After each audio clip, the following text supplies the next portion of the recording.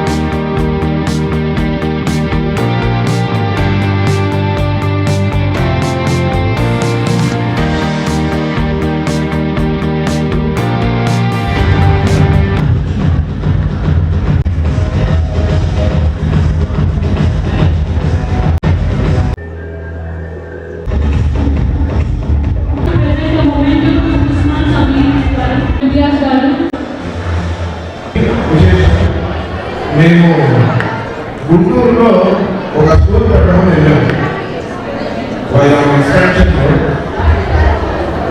అక్కడ ఆ స్కూల్ పెట్టే సమయంలో ఎట్ ద మూమెంట్ నాకు 19 years కంప్లీట్ మా ఫాదర్ నేర్పిస్తున్నాం. మాకు లా గురించి కాదు కదా, పోలీస్ స్టేషన్ గురించి కూడా పెద్దగా తెలియదు. We are completely focus on business గురించి మాట్లాడితే నేను వాళ్ళ ముందు నుంచి పెద్దగా మాట్లాడతాను. These law points nothing to me. ఆ టైంలో ఒక చిన్న ప్రాబ్లం నేను ఎదుర్కొన్నాను. గివింగ్ అన్ అన్కాన్షియస్ ఆ టైంలో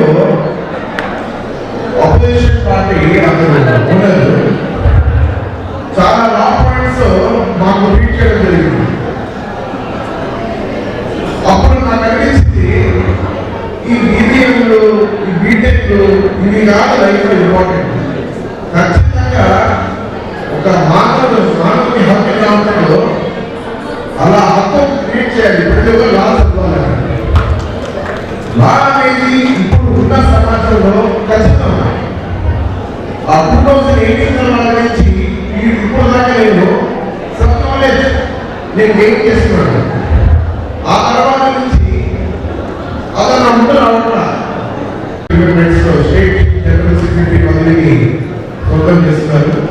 ఈ యొక్క స్కూల్లో ఒక నేను చిన్న చేయగలిగే ఒక అందరికీ ఏంటంటే, ఎవరైనా సరే వీల్ చైర్స్ కావాలన్నా ఎలక్ట్రిక్ వీల్ చైర్స్, అది కాస్టింగ్ ఎక్కువైంది కానీ ఫ్రీ ఆఫ్ కాస్ట్ ప్రొవైడ్ చేయగలుగుతున్నాం.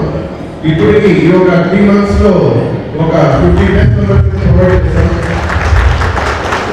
ప్లస్ ఎవరికైనా కాళ్ళు లేకపోయినా, చేతులు లేకపోయినా వాళ్ళకి ఫ్రీ ఆఫ్ కాస్ట్ అవి ప్రొవైడ్ చేయడం జరుగుతుంది. అది కూడా మీలో ఎవరైనా తెలిసిన వాళ్ళు ఉంటే మా మదీనా వాల్స్ వస్తే తప్పకుండా వాళ్ళకి ఏదైనా సరే సైనిస్తామని ఈ సభాముఖంగా తెలియజేస్తున్నాను. నాకు ఈ మాట్లాడడానికి అవకాశం ఇచ్చిన గవర్నమెంట్ ప్రజలందరికీ ధన్యవాదాలు తెలుపుతున్నాను. మరెన్నో వీడియోల కోసం మా ఛానల్ను సబ్స్క్రైబ్ చేసుకొని పక్కనే ఉన్న బెల్ ఐకాన్ని యాక్టివేట్ చేసుకోండి.